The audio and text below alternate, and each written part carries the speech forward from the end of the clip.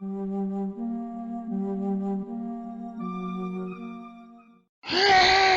mon fils! Mon fils! Aide-moi!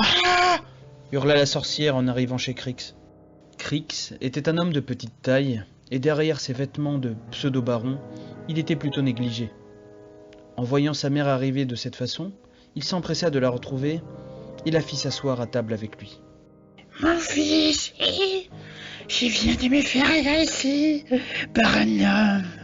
Il faut que tu ailles les punir le plus rapidement possible. C'est le fiancé de la boulangère. J'ignore comment il s'appelle, mais il m'a empêché d'empoisonner la jeune femme. Il faudra utiliser des moyens moins discrets. Avec une voix rocailleuse, Crix répondit à sa mère en regardant dans le vide. Cet enfoiré n'a pas honte de s'en prendre à une pauvre vieille dame. Bien sûr qu'il paiera pour son acte. J'enverrai Fenric le Vigouillet. Fenric,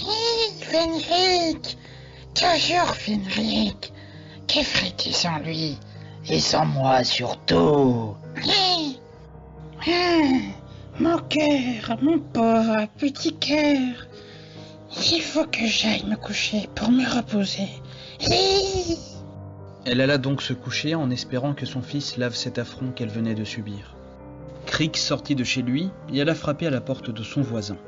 Un homme gigantesque en sortit, rempli de tatouages, et il avait un teint plutôt grisâtre. C'était Fenric, le garde du corps non officiel de Crix. Tout comme Jormo et ses compagnons, il avait respiré le carbone 15 en petite quantité. Il connaissait très bien ses pouvoirs. Salut Fenric.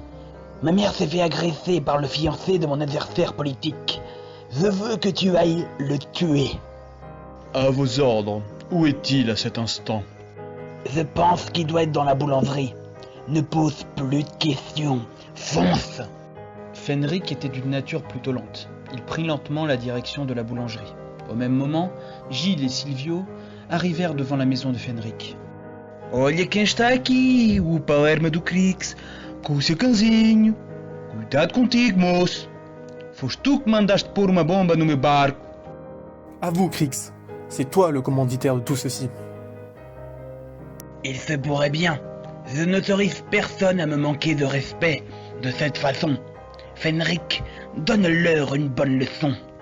Fenric modifia sa direction et se lança à l'assaut de Gilles. Gilles, mettez-vous derrière moi.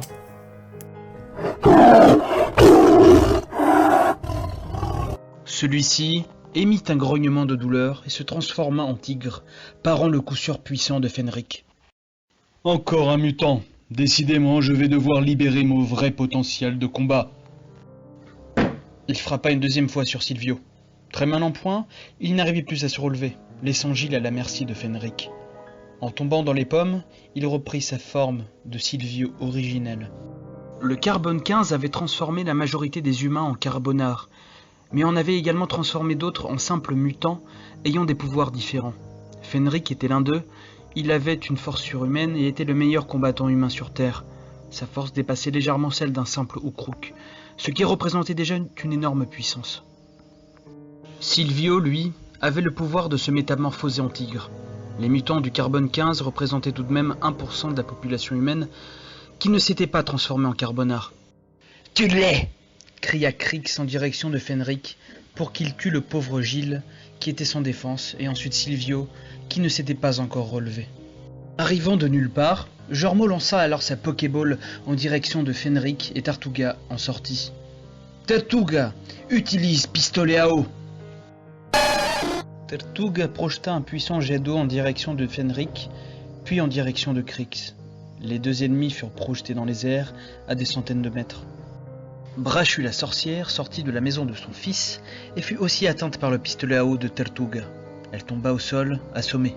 « Les amis, nous nous sommes mis tout le village à dos en nous battant contre Crix. C'est lui qui a gagné. Il va falloir que nous fassions profil bas. J'organise une réunion d'urgence dans notre laboratoire. »